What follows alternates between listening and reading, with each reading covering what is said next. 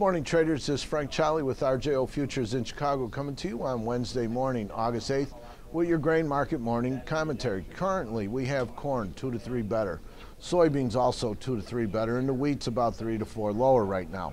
Outside market's kind of quiet today, not much going on there.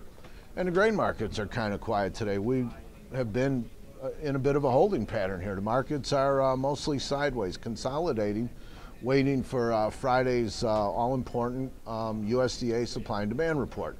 See if the USDA can surprise us with anything. What would be a surprise? I don't know. That we got a lot more corn than what we think, than what the market's priced in. That soybeans have nothing to worry about. I don't know what a surprise is, but right now the markets are all bulled up. We need to continue to see, a steady flow of bullish news to sustain these levels or to move higher from here. So once again, I still believe that correction is healthy for the market. We need to test the strength, see if there's some real conviction in the bullishness here. And demand is a big story. So soybeans have seen good demand. I think that market certainly has a lot of upside potential, especially when you look at the prices of soybeans versus the price of corn.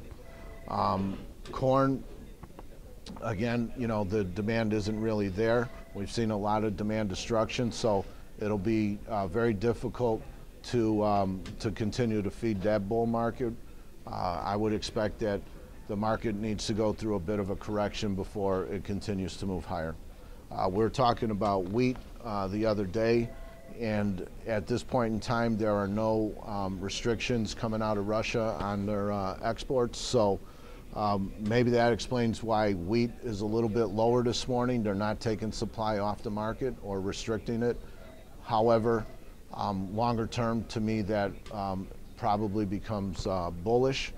I was mentioning that at some point, because of the volatility in wheat, because of the continuing demand and the tightening of the supply, wheat could become the leader, moving forward in terms of prices moving higher.